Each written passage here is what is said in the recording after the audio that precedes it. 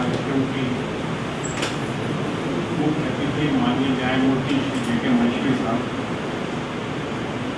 मेरे भ्राता पाठक जी और अग्रवाल जी, भोपाल से पधारे एडीजी सुशोभन बनर्जी,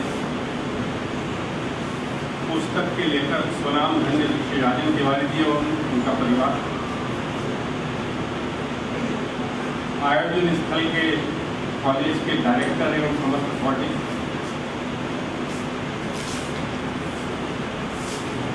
दतिया के सभी न्यायाधीशगण, श्री एम.एस. मिश्रा, संगठन के विधि परामर्श, जिले के अन्य अधिकारीगण जो उपस्थित हैं, श्री पी.के. दुबे, कार्यक्रम का आयोजन करने वाली समिति के प्रतिनिधि, उपस्थित सुधी श्रोतागण, मैं कई महानुभावों को नाम से जानता हूँ, पर उनकी संख्या बल को देखते हुए जरा कठिन मैं उनके प्रतिनिधि के तौर पर फिर से आर.के. शर्मा साहब, हरिचंद पाठक, ग्वालियर से पधारे, उनका नाम लेना चाहूँगा। प्रिंट और इलेक्ट्रॉनिक मीडिया के मित्रों, देवियों और सुनिए, आज जो है राजेंद्र तिवारी जी की लिखित पुस्तक का विमोचन हो रहा है।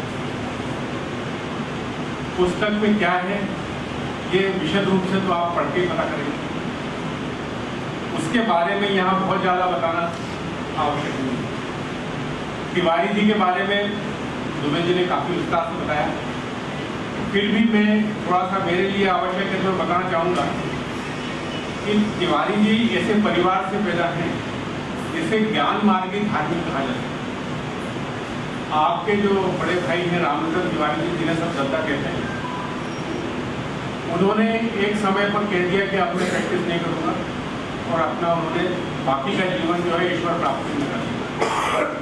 उनसे जब मुलाकात होती है तो वो जब सुबह पूजा या ध्यान के बाद जब फ्री होते हैं तो उनके मुंह से कई सारे दोहे टाइप के निकलते हैं, बड़े गूढ़ अर्थ लिए हुए होते हैं, और यदि उनको आप अध्ययन करें तो आपको ये समझ में आएगा कि वे ईश्वर के कितने नज़दीक हैं और उनकी ईश्वर भक्ति और ज्ञान कहाँ तक पहुँचे। ऐसे बड़े दत्ता रामरतन तिवारी जी के छोटे भाई जिन्होंने राजेंद्र तिवारी जी ने पुस्तक लिखी है, इसमें उन्होंने अपना सब संकलन जहाँ से उन्होंने प्राप्त किया वो लिखा है। उसके अलावा उन्होंने ध्यान से जो उनको प्राप्त हुआ, जो अनुभव आया, जो सिक्स सेंस से उनको मालूम पड़ा, जैसे अभी पाठक जी ने भी बताया कि तिवारी जी की माता जी की देहांत के समय तिवारी जी को पहले से लग गया था कि अभी जा रहे हैं, और उन्होंने उनके जाने का पूरा जो है उसमें अपनी पुस्तक में विषय पढ़ा। अब आप इस सब्जेक्ट के लिए कल्पना कर सकते हैं कि इस पुस्तक की प्रस्तावना माननीय आर.सी. लाहोटी साहब ने लिखी है, जो सुप्रीम कोर्ट ऑफ इंडिया के सुप्रीम कोर्ट ऑफ इंडिया रह चुके हैं। उनके जितना ज्ञानवान न्यायाधीशों में होना बड़ा कम है। एक पिन ड्रॉप साइलेंस वर्ड है, उसका उन्होंने हिंदी में अनुवाद किया है कि सुई पटक सन्नाटा। वो जब भाषण देते हैं, चाहे आप किसी भी विषय में बुला लीजिए, तो उनकी सभा में बिल्कुल सुई पटक सन्नाटा होता है। अब आप सोचिए कि ऐसे महाविद्वान व्यक्ति ने उस पुस्तक की प्रस्तावना लिखना स्वीकार किया। अब आप अंदाज लगा लीजिए कि पुस्तक का विषय कितना गंभीर, कितना महत्वपूर्ण और कितना प्रभावशाली। तिवारी जी ने उसके बाद आज्ञा की कि आप इसके विमोचन समारोह में आने। मैंने उनसे अनुरोध यही था कि किसी और ज्ञानी व्यक्ति को पकड़िए, मुश्किल है। जब माननीय आर.सी. लाहोटी साहब ने इसका प्रस्तावना लिखी है तो कोई और ऐसा व्यक्ति आना चाहिए जिसको कि इस पुस्तक के बारे में जाने। सजेशन के तौर पर मैंने नाम बताए, आदरणीय महेश्वरी साहब को भी आप सुन चुके, आदरणीय पाठक साहब को आप सुन चुके। पाठक जी का क्या है कि न्याय का काम करने के अलावा वो एक अच्छे पाठक है। अच्छे पाठक इस तरह से कि कई भाषाओं की पुस्तक को पढ़ चुके हैं। आप किसी भी पुस्तक की चर्चा कीजिए, उसको उनके बारे में और भी पुस्तक पता होगी जिसको पढ़ चुके। बहुत ही सुधी पाठक है और अच्छी तरह से ज्ञान और जिसका वो होता है। इसी तरह से भाई विवेक अग्रवाल जी, वो कर्मयोगी है।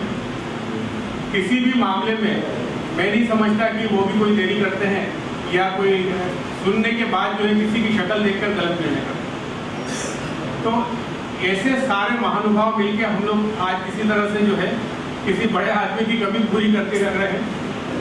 आदरणीय माहेश्वरी जी के समक्ष उन्होंने जो कहा वैसा हम लोग नहीं कह पाएंगे, क्योंकि उन्होंने बिल्कुल विशुद्ध जो है अच्छे शब्दों में और बहुत ही अच्छे तरीके से आपको बताया। अब ऐसी स्थिति में मुझे कहने के लिए बहुत कम बचता है, फिर भी मैं अपनी बुद्धि से प्रयास करूंगा कि इस पुस्तक के बारे में या इसके प्रभाव के बारे में आपको बता सकूं। पुस्तक के बारे में मैं ये सिर्फ कहना चाहूँगा कि बेहतर है कि उसके बारे में विस्तार से नहीं बताया जाए, बल्कि उसके इफेक्ट के बारे में, उसकी उपयोगिता के बारे में बताया जाए। हमारे यहाँ एक जनरली समाज में एक शब्द प्रचलित है, उसका नाम है शमशान मेला। जब हमारे किसी मित्र या रिश्तेदार की मृत्यु हो जाती है तो हम लोग शमशान में उसका अंतिम संस्कार करने जाते हैं।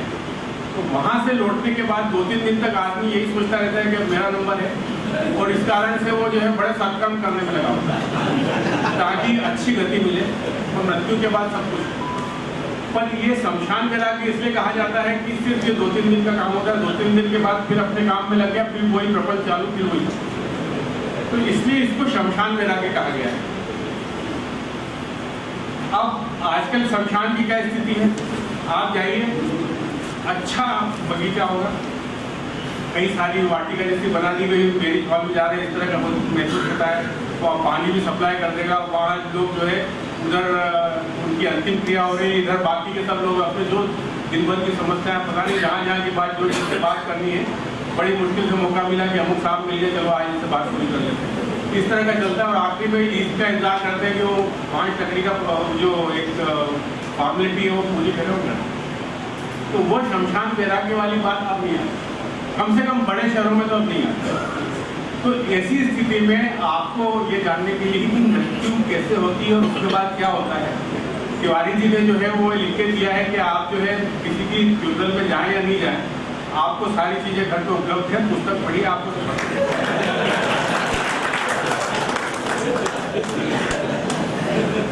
आदमी जब जन्म लेता है तो उसकी मृत्यु अटल है। वृद्धावस्था में ही हो ये जरूरी नहीं, ये आपके पिछले जन्म के कर्म और भाग्य पर निर्भर होता है।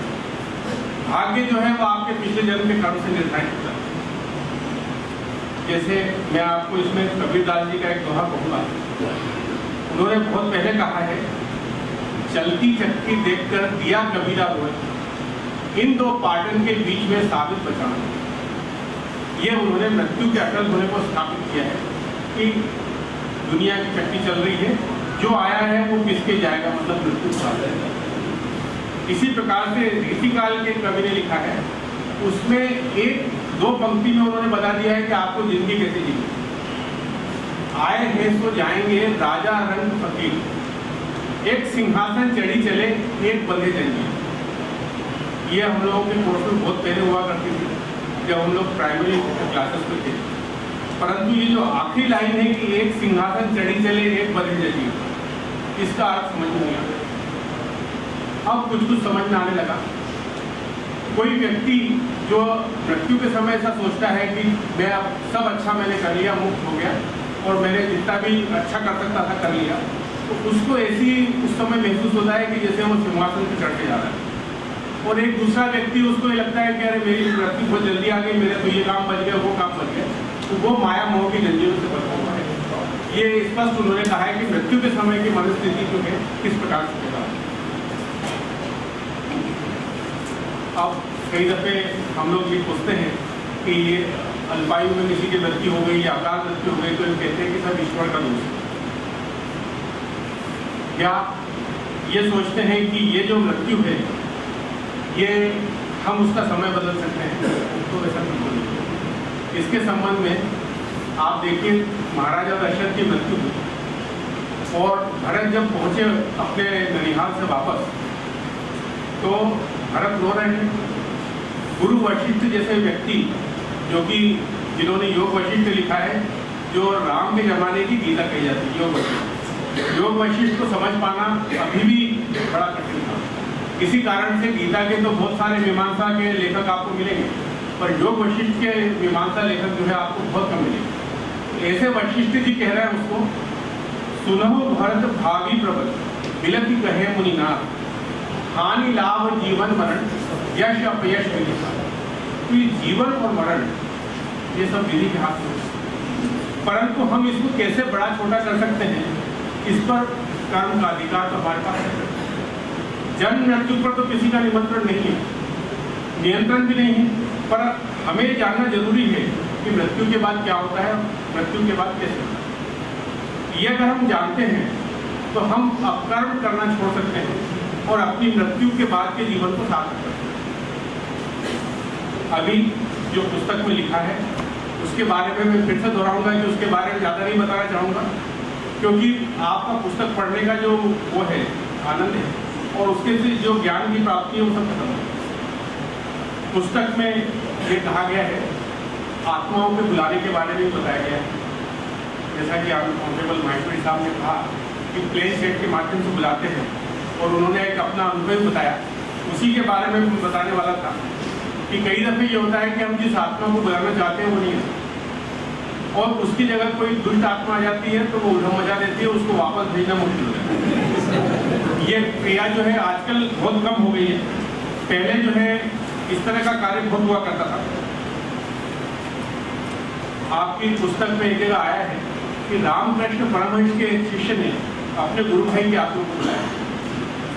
आत्मा आई और उसने इस बात के लिए उनको बहुत कोसा या इस बात के लिए धिक्कारा कि उन्होंने उनको आत्मा के तौर पर बुला लिया।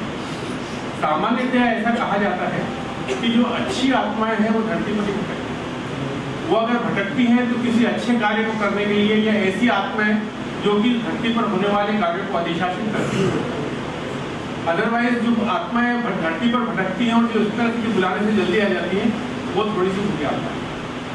तो ऐसी स्थिति में वो जो आत्मा अच्छी आत्मा है उसको जिस लोक में है वहाँ से आने में बहुत कष्ट होता है, और इस कारण से वो कभी नहीं आना चाहते, आते नहीं।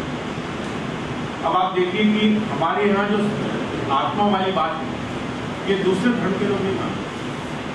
उदाहरण के लिए मुस्लिम धर्म और जैन धर्म, इसमें उनका ऐसा मानना नहीं है कि आत्मा होती है वो जाती है और फिर दूसरा जन्म धारण करता है। पुनर्जन्म की बात को ये दोनों धर्म स्वीकार नहीं करते। मुस्लिम धर्म में कहा गया है कि जब कयामत आएगी तो कयामत के दिन कब्र से उठकर हर आदमी उठ बैठेगा और अल्लाह की बारगाह में उसका हिसाब होगा। पर इसका अपवाद भी देखने में आता है। ये जो आपने पुनर्जन्म के कई सारे उसमें जो उदाहरण दिए हैं उसमें दूसरे धर्मों से भी पुनर्जन्म की बात समझ में आती है और दिखती है। अब कई दफ़े ये होता है, आप एक टीवी पे विज्ञापन देखते होंगे कि एक बच्चा जो है वो अपने पिताजी से कहता है कि ये टूथपेस्ट अच्छा है, तो पिताजी पहले बता रहे होते हैं कि ये टूथपेस्ट अच्छा है, तो कहता है आपके पास प्रूफ क्या है। तो हम इतने मॉडर्न हो गए हैं कि हर चीज़ का हमको प्रूफ चाहिए, प्रूफ के बिना हम किसी बात को नहीं मानते।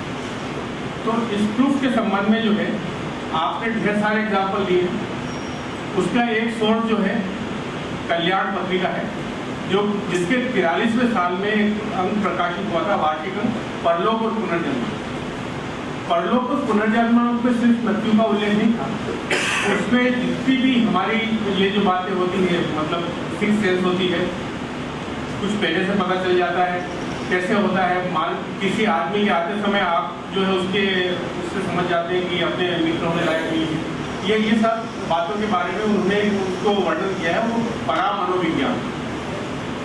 पहले जयपुर यूनिवर्सिटी में परामनोविज्ञान विभाग एक संकाय हुआ करता था, जिसमें प्रोफेसर हेमेंद्रनाथ बनर्जी रिसर्च करते थे। उन्होंने ये किया है कि जहाँ उनको किसी के पुनर्जन्म की सूचना हुई, उन्होंने जाकर के वहाँ पर जो है तुरंत उसका पता किया और सत्यापन किया कि ये सही कहना है या नहीं कहना। और उस कल्याण वाली पत्रिका में उन्होंने अपने कई सारे आलेख, कई सारी स्टोरीज भेजी हैं जो उन्होंने कल्याण ने वैसी के वैसी छाप दी। उसमें से एक स्टोरी जो है तिवारी जी ने भी उसमें अपनी किताब में दी है, मैं यहाँ रिपीट करना चाहूँगा कि एक कोलक नाम का व्यक्ति था, उसकी 11 साल की और 6 साल की लड़की एक मोटर दुर्घटना में मारी। कुछ दिनों बाद उसके घर में जुड़वा लड़कियों ने जन्म लिया। लड़कियां जैसे जैसे बड़ी होने लगी, वो जो है अपना जो 6 साल की और 11 साल की उम्र की जो लड़कियां थी, उनका सामान अलग अलग क्लेम करने लगी। उसका कहना था ये मेरा है, उसका कहना था ये मेरा है। अपना सामान पहचाना। उन लड़कियों के शरीर पे सारे चिन्ह वैसे ही थे जो दुर्घटना में जो उनको चोटें आई थी, उसके निशान भी उनके शरीर पर मौजूद थे। मोलक का ये कहना था कि मैं क्रिश्चियन हूँ और क्रिश्चियन में मैं पुनर्जन्म को नहीं मान सकता, पर जो मेरी लड़कियां हैं उनके बारे में मैं कोई जवाब नहीं दूँ। वो तो वही है जो मेरे यहाँ। ये एक ऐसा अनूठा किस्सा है कि ये लड़कियां उसी परिवार में वापस जन्म ली जिस परिवार से उनका ध्यान हुआ। कई सारी उदाहरण दिए हुए हैं, भारत के भी कई सारे उदाहरण हैं। एक सबसे अच्छा उदाहरण अपने यहाँ स्वर्णलता मिश्रा बहन जी का है, जो कटनी में उनका पुनर्जन्म हुआ था। स्वर्णलता मिश्रा काफ़ी एजेड है। उनके पुत्र से एक बार मेरी मुलाकात हुई थी जबलपुर में, और उन्होंने बिल्कुल पुष्टि की। उनको बहुत बाद तक याद रहा कि उनके पिछले जन्म में क्या हुआ था। यहाँ मैं एक बात बताना चाहूँगा कि हमारे यहाँ जो है दिनेश चंद्र दुबे साहब अतिरिक्त सत्र न्यायाधीश हुए, वे लेखक थे। सामान्यतः उनके जो लेखन का कार्य या कथाएं जो है मनोज कहानियाँ या सत्य कथा इस तरह की पुस्तकों में छपती थी। एक बार क्या हुआ कि किसी ने बताया कि दिनेश चंद्र जी का जो है एक आलेख उस समय की मानक पत्रिका धर्मयुग में छपा हुआ है। अब हम लोग जो है उस समय पढ़ते थे स्कूल में और स्टूडेंट्स थे, तो हम लोगों ने तुरंत उसको धर्मयुग का एग्जाम किया कि कहीं से ला के देखा जाए कि उसमें करा क्या हुआ। ऐसा क्या लिख दिया कि धर्मयुग में छापने की नौबत आ गई। उसमें जो आलेख उन्होंने लिखा था उसमें किस्सा ये था कि उनके यहाँ एक सत्र प्रकरण चल रहा था। छोटे भाई ने बड़े भाई की हत्या कर दी थी और पिस्तौल से गोली चलाकर हत्या की। उसके बाद उसका बचाव यह था कि बड़े भाई ने मेरे ऊपर पहले गोली चलाई और बड़े भाई की चली हुई गोली जो है दरवाजे की चौखट में लगी और मेरे को उसने जो है जान से मारने की कोशिश की, तो मैंने बचाव में गोली चलाई, वो उसको लगी। राइट ऑफ प्राइवेट डिफेंस का उसने लिया। अब प्रकरण में अनुसंधान में काफ़ी समय लगा, क्योंकि पुलिस ये सोच रही थी कि हम ऐसा तो नहीं कि किसी गलत आदमी को खड़े कर रहे हैं। उसके बाद मुकदमा चलने में भी समय लगा, क्योंकि गवाह वगैरह टाइम से नहीं आ रहे थे। उस मुकदमे में एक एप्लीकेशन लगी। एक 5 साल का बच्चा कह रहा था कि मुझे इसमें गवाही देनी है। अब वो उन्होंने कहा कि ये कैसे होगा। पुलिस वालों से कहा कि इसकी बात की सत्य का पता करो। तो उस 5 साल के बच्चे का क्लेम था कि वो मृतक बड़ा भाई है और पहले छोटे भाई ने गोली चलाई। उसने जो गोली चलाई थी वो दादाजी की जो तस्वीर है उसकी फ्रेम में लगी। पुलिस ने घटना के 5 साल बाद जो है दादाजी की फ्रेम में से गोली निकाली और उसका कैलिबर वही था जो पिस्तौल उसके छोटे भाई थे। तो ये वहाँ पर ये छपा था धर्मयुग में कि साक्ष्य विधान के तहत क्या उस बच्चे की गवाही दी जा सकती है जो कि घटना के समय था ही नहीं। ये विधि का प्रश्न है, ये यहाँ मौजूद नहीं है। पर इस मुकदमे ने पुनर्जन्म की बात को तो स्थापित कर दिया कि आपको जो है फिर से इस दुनिया में आना पड़ सकता है और आना पड़ता ही है।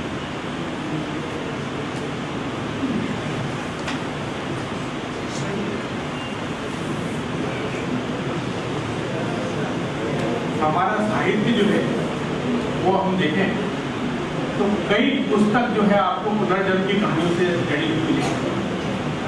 साहित्य के आधार पर जो है फिल्में भी बनती हैं। फिल्मों में भी जो है कई सारी ऐसी बातें दिखाई गई जो सिर्फ पुनर्जन्म को ही समर्थित नहीं करते, बल्कि कुछ और भी है। एक पुरानी पिक्चर में यह हुआ कि हीरो साहब की मृत्यु हो गई और उसके शरीर का अंतिम संस्कार हो गया। जब वो ऊपर ले जाया गया तो वहाँ पर यमराज ने उससे कहा कि आप गलत आदमी को ले आए, इनकी मृत्यु के लिए घुमा, बल्कि इसी की शक्ल वाले कलकत्ता के व्यक्ति की मृत्यु घुमा। तो नतीजा ये हुआ कि जब कलकत्ता के व्यक्ति के शरीर से प्राण निकाले गए तो उसकी जगह उसकी जो पहले मर गया था उसकी आत्मा वहाँ डाल दी गई, क्योंकि उसके पास उसका शरीर नहीं।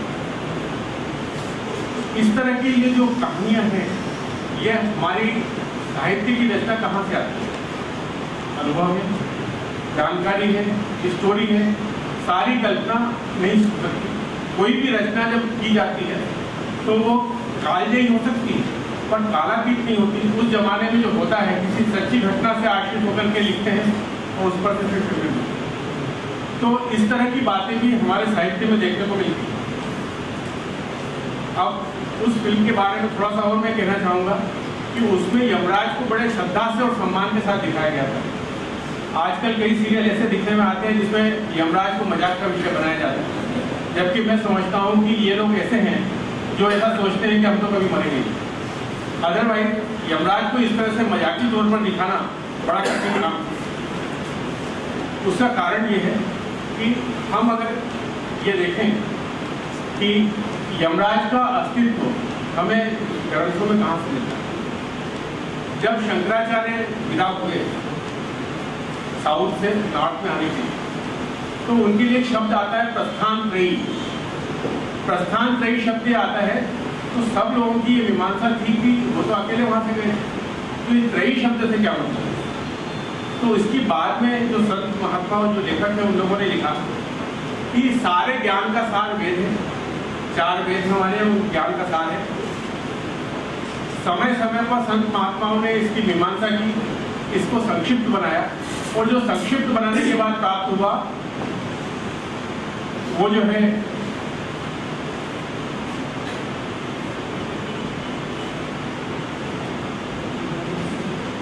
उपनिषद। और उपनिषद का भी जो सार है वो गीता है। गीता में कोई कहानी किस्सा नहीं है। उपनिषदों में तो ये भी है कि जैसे मेडिकल साइंस है उसके बारे में आपको मंडूकोपनिषद मिल जाएगा, इस तरह का कुछ भी नहीं है, बल्कि जीवन कैसे जीना है और किसका क्या होगा ये गीता में स्पष्ट आ गया।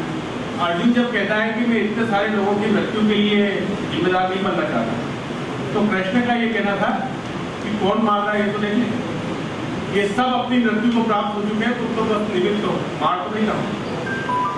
तो ये सब जो है वेद, उपनिषद और गीता, इन तीनों के ज्ञानवान होने के कारण शंकराचार्य को प्रस्थान त्रयी कहा गया था कि वो उसके बाद जो हुए।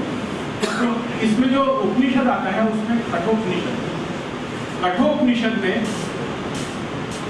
नचिकेता और यमराज की वार्ता होती है। जब नचिकेता एक ऐसा बच्चा था जो कि उसके पिता दान कर रहे थे गायों का, तो उसने आपत्ति की कि आप ऐसी बूढ़ी गाय दान क्यों कर रहे हो, जो कि जो दान प्राप्त करेगा उनके लिए उपयोगी नहीं। पर उन्होंने नहीं माना। तब उसने कहा कि आप मुझे भी किसी को दान देंगे। तो थोड़ी देर बाद उन्होंने जवाब नहीं दिया, 2 बार नहीं दिया, 3 बार नहीं दिया। जब ज़्यादा जिद की तो उन्होंने कहा कि मैं तेरे को यमराज को दान दूंगा। तो वो नचिकेता जो है यमराज के पास पहुँच गए। हम यमराज ने उसे बहुत समझाया कि वो वापस चला जाए। तरह तरह के उनके जो भी स्वरूप हो सकते थे यमराज के सब दिखाए गए कि वो डर के चला जाए, पर वो नहीं। अंततोगत्वा उसने कहा कि तेरे को वापस मैं वरदान देता हूँ। तो उसने कहा कि नहीं, मुझे मृत्यु का रहस्य पता चला।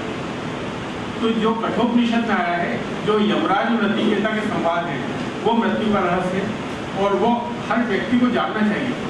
पर होता क्या है कि ये गोपनीय रहस्य बताया गया कठोपनिषद में, इसी कारण से सब लोगों को नहीं मालूम। तो उसका सार भी जो है तिवारी जी की पुस्तक में आता है, आप उसको देख सकते हैं कि यमराज ने क्या बताया। तो यमराज जो है एक ऐसे न्यायाधीश की स्थिति में है जो वहाँ पर किसी प्रकार की दलील नहीं चलती, जो आपने कर्म किए जो उसका है उसके हिसाब से आपको करना है। अब जैसा कि अभी पाठक जी ने बताया कि एक सज्जन जो है वो मृत्यु के समय भाग करके वहाँ चले गए जहाँ उनका मृत्यु स्थल लिखा था। इस बारे में मैं भी आपको एक कथा बताना चाहूँगा कि पहले ऐसा कहा जाता था कि मृत्यु जो आती है वो सशरीर आया करती। अगर आप वाल्मीकि रामायण पढ़ें तो भगवान राम से यह जानने के लिए मृत्यु देवता स्वयं पहुँच गए थे कि वो कब शरीर का त्याग करेंगे और कब जो है ऊपर ब्रह्मलोक पाएंगे। तो इस दौरान जो है एक शेपक है कि एक वहाँ पे जो प्रहरी था उसको घूर के देखा मृत्युदेव ने, तो डर गया। उसने अपने उच्चाधिकारी से अनुमति ली और घोड़े में बैठ करके वो सोचने लगा कि मैं अगर सीता माता के पास चला जाता हूँ तो बच जाऊँ। पर वो वहाँ पर घोड़ा दौड़ा करके जब पहुँचा तो जनक के पुरी के बाहर जो है वो दरवाजे पर जो है गिर के उसकी मृत्यु। जब भगवान राम ने उससे पूछा मृत्युदेव से कि क्या बात है, तो उन्होंने कहा कि मैं ये देख के आश्चर्यचकित था कि इसकी मृत्यु तो वहाँ जनकपुरी के द्वार पर लिखी हुई है आज शाम को, और ये भी यहाँ क्या कर रहा है। तो इस तरह से मृत्यु सबकी नियत है, स्थान की नियत है, आदमी वहाँ चला जाता है। अब एक बार मृत्यु होती है तो क्या तत्काल पुनर्जन्म हो जाता है? हमारे पास पुनर्जन्म का प्रूफ है, किताब में कई सारे उदाहरण दिए हैं, सब कुछ हो गया।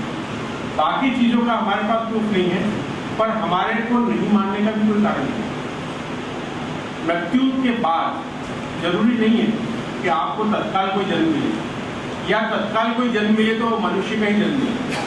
कई दफे ये होता है कि हमारे अपकर्म इतने ज़्यादा होते हैं कि कुछ समय के लिए जो है वो पशु का जन्म मिलता है, कई इंसेक्ट का जन्म मिलता है, और उसके बाद कई सारे पाप के फल भोगने के बाद में अंततः बचवा जो है वापस मनुष्य का जन्म मिलता है बचे हुए कर्मों के साथ।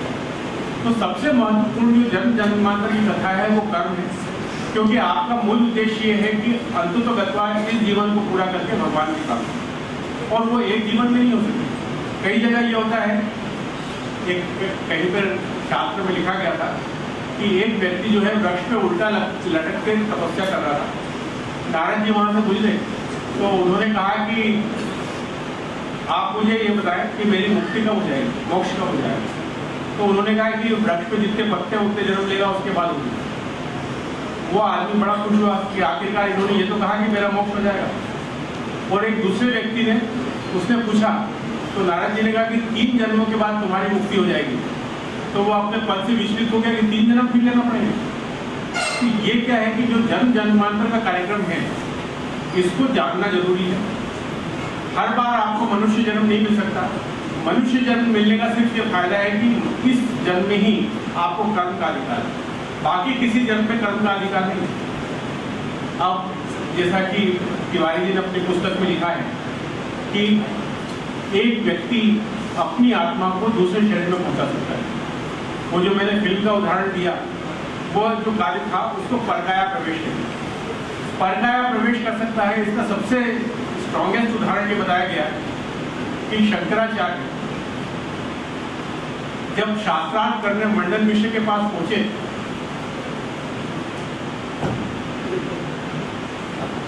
मंडन मिश्र के बाद शास्त्रार्थ करने पहुंचे तो मंडन मिश्र साहब हारने लगे। उन्होंने दोनों के बीच में जो न्यायाधीश बताया था वो मंडन मिश्र जी की पत्नी को ही बना दिया था। वो बीच बीच में उठ के अपना जो है सब नित्य का कार्य, रोटी बनाना वगैरह सब करती जा रही थी। तो एक बार जो है लौट करके उसने कहा कि मिश्र जी हार गए। तो शंकराचार्य जी आश्चर्यचकित हुए। उन्होंने कहा कि मिश्र जी कैसे हार गए। तो उन्होंने कहा कि जब आदमी हारने लगता है तो क्रोधित होता है। मैं आप दोनों के गले में फूल की माला डलवा के गई थी, मिश्र जी की माला गुमला गई। उनके क्रोधित होने से उनके शरीर की गर्मी बढ़ गई और उसका असर माला को दिखा। ऐसे विद्वानों की सभा में मिश्र जी ने सोचा कि अगर मैं हार जाऊंगा तो क्या होगा। तो उन्होंने क्या करा, काम शास्त्र में जो है शास्त्रार्थ किया, और ये शंकराचार्य जी को नहीं आता था। तो उन्होंने कहा कि मुझे कुछ समय दीजिए, मैं इसके बारे में आपसे बाद में शास्त्रार्थ करूँगा। इसके बाद शंकराचार्य जी के लिए कहा जाता है कि उन्होंने एक राजा के शरीर में परकाया प्रवेश किया और बाकायदा काम शास्त्र सीखने के बाद में फिर मंडन मिश्र के यहाँ जो है शास्त्रार्थ कर दिया। तो ये जो परकाया प्रवेश है वो तब है जबकि कोई आत्मा किसी दूसरे के खाली शरीर में प्रवेश कर सकती है। परंतु कई दफे ये होता है कि कोई सबल आत्मा किसी निर्बल आत्मा वाले शरीर में प्रवेश कर जाती है, और इसको हम जो है प्रेत बाधा कहते हैं। प्रेत बाधा जो है ये हमारे यहाँ होती है ऐसा कहते हैं, पर आप देख लीजिए कि कई दरगाह ऐसी हैं, कई मजार ऐसी हैं जहाँ की प्रेत बाधा उतारी जाती है। अर्थात आत्मा का अस्तित्व वो भी मानते हैं, किसी दूसरी तरीके से कहना चाहेंगे, पर आत्मा होती है और दुष्ट आत्मा होती है, वही जाके किसी बलिष्ठ होती है तो दूसरे के शरीर में प्रवेश कर जाती है। अब प्रश्न ये होता है कि पुनर्जन्म होने पर हम सबको याद क्यों नहीं रहता कि पिछले जन्म में क्या हुआ। इसके लिए मैं तो इस तरह से ही कहना चाहूँगा कि अच्छा है कि पिछले जन्म के बारे में याद नहीं रहता, नहीं तो उस जन्म की मित्रता, उस जन्म की शत्रुता, उस जन्म का जो कुछ भी है वो सब इस साथ में लेके घूमेंगे। जैसा कि ऑनरेबल माहेश्वरी साहब ने, भाई पाठक जी ने कहा कि रात को जो विचार लेके सो रहे हैं वो सुबह जगह में मिलते हैं। वही स्थिति है, अगर हमें पिछले जन्म की याद रह गई तो वो शत्रु, वो मित्र सब जो है हमें परेशान करेंगे, हमारी यादों से बाहर नहीं जाएंगे। तो सामान्यतया पिछले जन्म की यात्रा जो है, पिछले जन्म की स्मृति कुछ ही लोगों को होती है, जबकि कोई विशेष रूप से उसको जानने की आवश्यकता ऊपर वाला समझता है, या पुनर्जन्म के सिद्धांत को सत्यापित करने के लिए वो ऐसा मौका लेता है। इसलिए किसी बिरले के यहाँ जो है इस तरह से होता है कि पुनर्जन्म होने पर पिछले जन्म की याद उस आत्मा को। इस बारे में मैं जो है आपको बताना चाहूँगा कि जैसे आपके यहाँ कोई ऐसा है जो शत्रु है आपका पिछले जन्म में और वो आ गया है, तब आप क्या करें? मेरे पिताजी एक कहानी सुनाया करते थे भाग्य और कर्म के संबंध में। उनका एक कहना था कि पंडित जी थे, वो बड़े प्रकांड विद्वान थे। उनके यहाँ जब संतान होती थी तो छठवें दिन उसको जो है शमशान लेके जाते थे और उसको मंत्र पढ़ के वाणी देते थे कि वो काय के लिए आया। पहली संतान हुई, उसको लेके गए तो उसने कहा कि मैंने कुछ रुपए पंडित जी ने उधार लिए थे, वो वसूलने के लिए आया। पंडित जी ने कहा कि वो ऋण तुम्हारा कैसे चुक जाएगा? तो उन्होंने कहा कि मेरे पौत्र को इतने रुपए दे दोगे तो चुक जाएगा। पंडित जी ने उतने रुपए जो है पौत्र को भिजवा दिए। दूसरे दिन उस बालक का निधन। दूसरी बार फिर बच्चा हुआ, पंडित जी जो है फिर उसको लेके गए छठवें दिन शमशान में। तो उसने बताया कि मैं पिछले जन्म में तेली था और मेरे से एक डब्बा एक टीन तेल का आपने लिया था जिसके पैसे अदा नहीं। पंडित जी ने एक टीन का तेल बाजार से मंगवाया पूरा टीन भर के और कह दिया कि इसकी अच्छी मालिश करते रहो। जैसे जैसे तेल बिल्कुल खत्म होने की नौबत पे आया और बच्चा बीमार पड़ा और इधर टीन खत्म हुआ उधर बच्चे की बच्ची। तीसरा बच्चा हुआ, पंडिताई मना करने लगी कि इसको लेके मत जाओ, तुम लेके जाते हो पता नहीं क्या करते हो, बच्चा जीता नहीं। उसने कहा कि नहीं वो तो मैं करूँगा, लेके गए। लौट के आकर के उन्होंने पंडिताई को कहा कि ये हम लोगों की सेवा करेगा, ये जिएगा और इसको तुम जो है इससे कुछ लेना मत। अब उन्होंने बच्चे को बड़ा विद्वान बनाया, खूब पढ़ा लिखा करके उनसे भी ज़्यादा ज्ञान की उसको प्राप्ति हो गई, ऐसा कहा जा सकता था। एक बार राजा के यहाँ विदेश से कोई विद्वान शास्त्रार्थ करने के लिए आया और जितने भी दरबारी पंडित थे वो सब आ गए। तो उन्होंने कहा कि पंडित जी को बुला लो। पंडित जी बाहर गए हुए तो उन्होंने कहा कि उनका पुत्र भी उससे ज़्यादा विद्वान है, उसको बुला लो। पुत्र से जब विदेशी विद्वान का शास्त्रार्थ हुआ तो वो जीत गया। तो राजा इतना खुश हुआ, उसने एक सहस्त्र स्वर्ण मुद्राएं और एक घोड़ा उस लड़के को दिया। लड़का जब घर के पास पहुंचा तो माँ ने पूछा क्या हुआ, तो इतने में घोड़ा बिलक गया।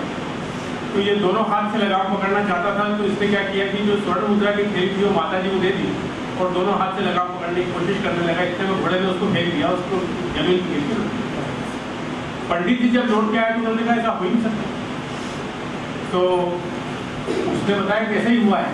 तो उन्होंने पत्नी से पूछा कि वो थैली में क्या था, तो बोला तो उसमें 1000 स्वर्ण मुद्राएं थी। उस बच्चे ने बताया था कि वो 1000 स्वर्ण मुद्राओं का कर्जदार है और वो चुकाने के लिए आया। इसलिए पंडित जी ऐसा सोचते थे कि ये जिंदगी भर रहेगा, हमारी सेवा करेगा। 1000 स्वर्ण मुद्राएं चुकाना तो बहुत कठिन काम है। पर जैसे ही उसका मंतव्य खत्म हुआ वैसे ही उसने भी इस दुनिया से विदा ली।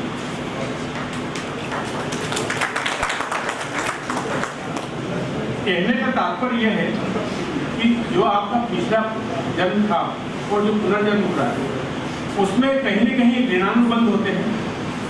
जो भी आपने पिछले जन्म में कर्म किए, जिसके साथ जैसे बिहेव किए, उसी के हिसाब से आते हैं। फिर भले ही आपका पुनर्जन्म 200 साल बाद हो, 400 साल बाद हो या उसके बाद हो। अब मैं इस विषय से प्रत्यक्ष संबंध नहीं है, ऐसे विषय पे आ रहा हूँ, पर उस पर आना मैं जरूरी समझता हूँ। गुरु क्या होता है? हर विषय का गुरु वो होता है जो साधारण मनुष्य से कुछ ज्यादा जानता है। तो गुरु जो होता है उसका गुरु के ज्ञान का मानक सामान्य मनुष्य से ऊपर होता है तो वो करता है। गुरु की आवश्यकता क्यों है? आध्यात्म में गुरु की आवश्यकता इसलिए है कि हमें सत्कर्म करा सके और अच्छे मार्ग मिल जाए। अब कैसे कैसे स्टेजेस होती है आदमी की, जो हम कहते हैं कि साहब हम अच्छे कर्म करें, तो क्या आप अच्छे कर्म करते से इसी जन्म में मोक्ष को प्राप्त हो जाएंगे? ऐसा नहीं। अच्छे जन्म करने के बाद में आपकी इंद्रिक इमेज थोड़ी बढ़ जाएगी और वो अगले जन्म में आपका साथ देगी, उसके बाद आप और आगे बढ़ सकते। परंतु किसी एक जगह पे आप स्थिर नहीं रहते। इसके संबंध में अगर कोई ऐसा गुरु है जिसका ज्ञान आपसे बहुत ज़्यादा ऊपर है तो वो निश्चित ही आपको शिष्य नहीं बनाएगा। इसका एक उदाहरण मैं देना चाहूँगा आपने तिवारी जी ने जो कहा कि योगानंद परमहंस योगानंद जो है उन्होंने अपनी आत्मकथा लिखी है योगी की आत्मकथा। उसमें उन्होंने लिखा है कि वो अमेरिका गए तो एक सज्जन के घर पर उनको ठहरा दिया गया, खाना वगैरह सब वो सज्जन जो है उनको समय समय से उपलब्ध करा देते थे।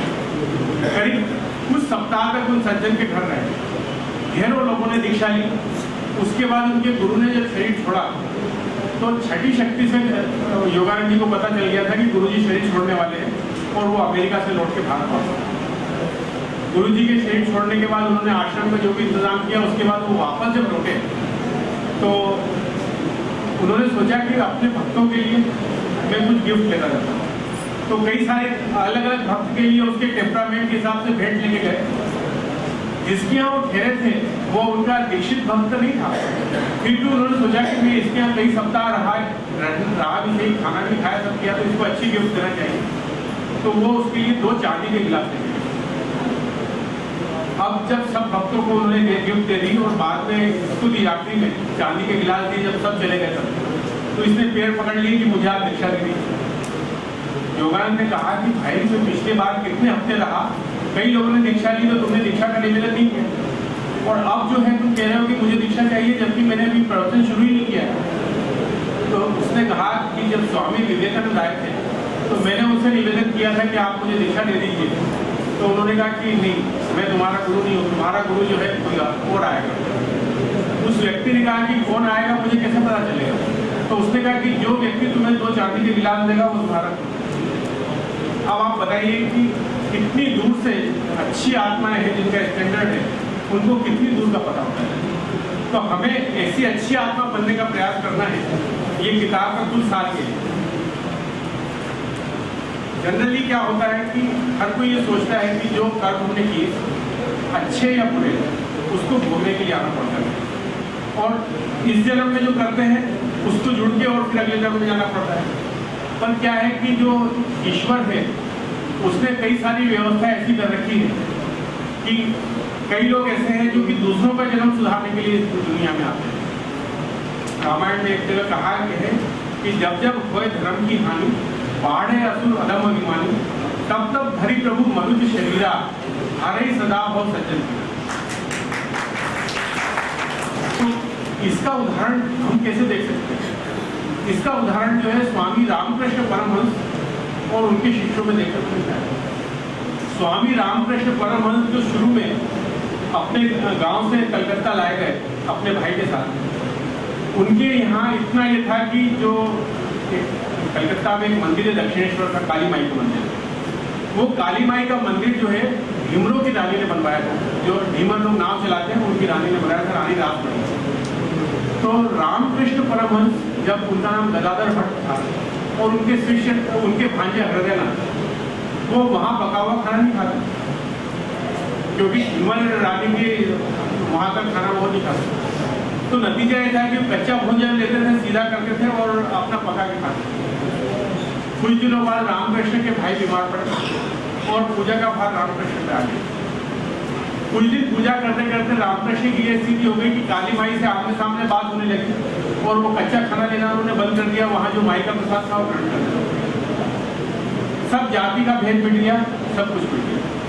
उनकी जो लीलामृत है, एक मास्टर महाशय महेंद्र नाथ जी ने लिखी, उसमें लिखा है कि वो गंगा के तट पर जाकर कहते थे कि बच्चों तुम कब आओ।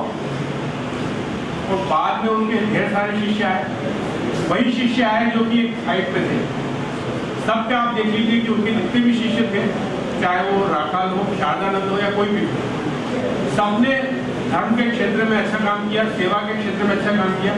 आज भी रामकृष्ण मिशन जो है वो उनके शिष्यों के शिष्य होकर के भी समाज सेवा का काम करता है। जहाँ कोई आपदा आती है वहाँ रामकृष्ण परमहंस का मिशन जो है पहुँच जाता है। तो इस उदाहरण को मैं देना चाहूँगा कि इन सब शिष्यों की अगर आप जीवनी पढ़ें तो ये सारे शिष्य जो है अपनी देह त्याग करने के पहले बीमार पड़े और बीमार के बाद उन्होंने किया।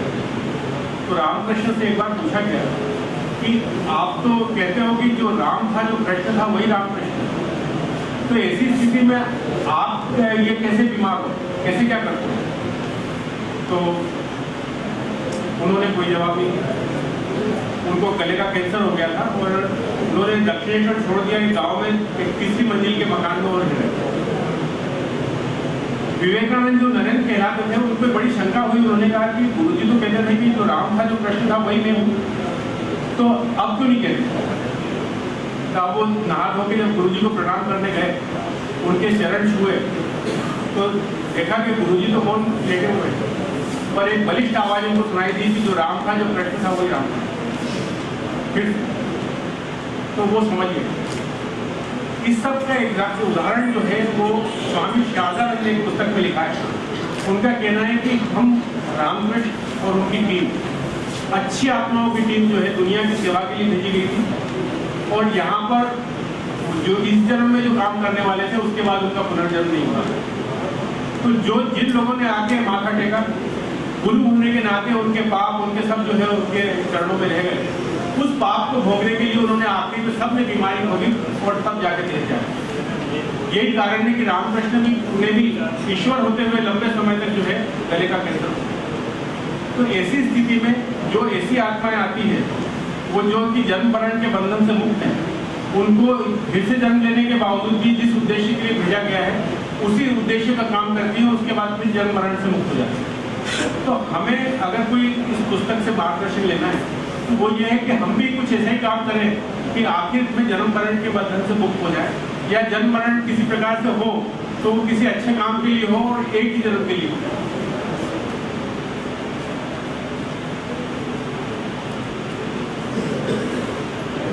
अब बहुत ज़्यादा समय नहीं लेते हुए मैं अभी की वर्तमान की बात में आ जाऊँ। एक गुजरात में जिला सत्र न्यायाधीश महोदय हो गए, जिन्होंने रिटायरमेंट के बाद में जो है वानप्रस्थ ले लिया और आश्रम में रहने हो गए। उन्होंने ये लिखा है कि हम जो कर्म करते हैं, अगर हमने किसी को कुछ पैसे दिए या कुछ खाने को दिया और हमने ये महसूस किया कि पुण्य कार्य है, तो उस पुण्य को भोगने के लिए भी आना पड़ेगा। और अगर आपने अपकर्म किया तो उसको भोगे तो आने। उनका कहना है कि जिस प्रकार से हम स्नान करते हैं, नित्य कार्य करते हैं, उस नित्य कार्य में न तो कोई पाप होता है न कोई पुण्य होता है।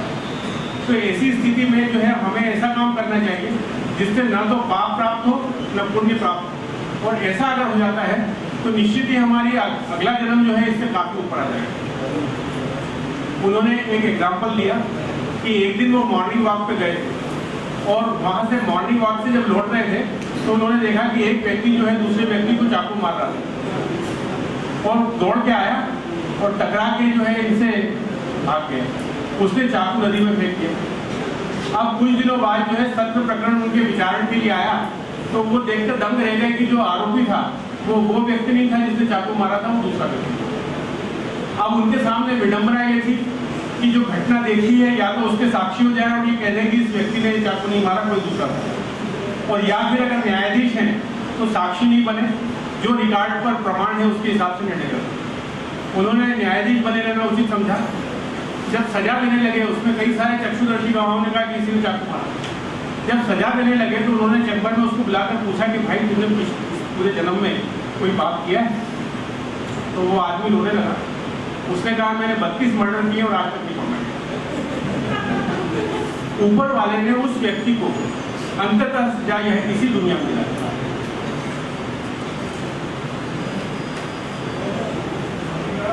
हम लोग भी जो न्यायाधीश हैं इन सब लोगों के लिए भी ये स्थिति है कि किसी भी मामले में हम अपना राग द्वेष अगर शामिल नहीं करते हैं तो निश्चित ही हमने वो जो किया वो अकर्म है, उसका हमारे को कोई प्लस माइनस नहीं मिलेगा। किसी व्यक्ति को यदि हम फांसी की सजा देते हैं और हमारा आशय उसकी हत्या करना नहीं है बल्कि हमारा आशय ये है कि हम न्याय कर रहे हैं, तो ऐसी स्थिति में वो फांसी की सजा देने से भी हमारे को कोई जो है पाप नहीं पड़ेगा। किसी भी प्रकार से हमारे को अपकर्म की कोटि में नहीं माना। तो हर प्रयोजन में, हर व्यवसाय में यही स्थिति है कि जिस व्यवसाय को आप जब कर रहे हैं आप उसी तरह से करते रहें, और अगर वैसा आप कर पाते हैं तो मैं समझता हूँ कि आपको जो है फिर इस बात से डरने की जरूरत नहीं है कि मृत्यु के बाद मेरा क्या होगा। जैसे अपनी बात समाप्त करने के लिए मैं कहूँगा कि कठोपनिषद में यमदेव ने नचिकेता की कई परीक्षा लेने के बाद जब मृत्यु का रहस्य प्रकट किया, तब स्पष्ट है कि परमात्मा ने यह कभी नहीं चाहा कि हर पृथ्वी वाले को यह रहस्य मालूम हो। तब इसकी जानकारी रखें, पर मात्र इसके ऊपर आश्रित न रहे। नरक एवं स्वर्ग भोगने संबंधी जानकारी आवश्यक नहीं, क्योंकि प्रतिदिन हम अपने आसपास के जीवों को जीते जी नरक या स्वर्ग भोगते देख सकते हैं। कई लोगों को हम देखते हैं जो दुखी हैं, परेशान हैं, क्या वो नरक नहीं भोग रहे? कई लोगों को हम देखते हैं कि बड़ा खुश है और संपन्न है, तो अपने हिसाब से वो स्वर्ग भोग रहा है। तो नरक स्वर्ग में हम यहाँ पे भी भोग रहे हैं। आप देखिए कि स्वर्ग में जन्नत में गुरुओं के लालच से कुछ आतंकवादी हत्याएं करते हैं,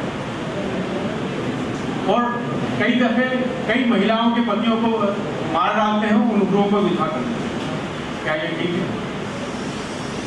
इसको सोचिएगा।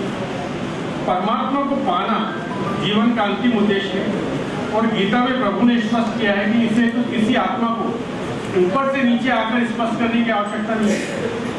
आवश्यकता सिर्फ इस बात की है कि गीता के रहस्यों को मानव मात्र समझ सके, और सत्कर्म करने वाले व्यक्ति को मृत्यु के समय जब भय होगा न जिज्ञासा होगा। और ये स्थिति आपको तब आ सकती है जब आप इसमें पुस्तक में लिखी हुई बात को जो है अच्छी तरह से पढ़ें, और उसके बाद जो है उसका मनन करके समझें कि इसको हम अपने चरित्र में कैसे ले सकते हैं। मैं आदरणीय तिवारी जी को साधुवाद देता हूँ कि उन्होंने बहुत अच्छी पुस्तक लिखी, इसका सर्वोत्तम है।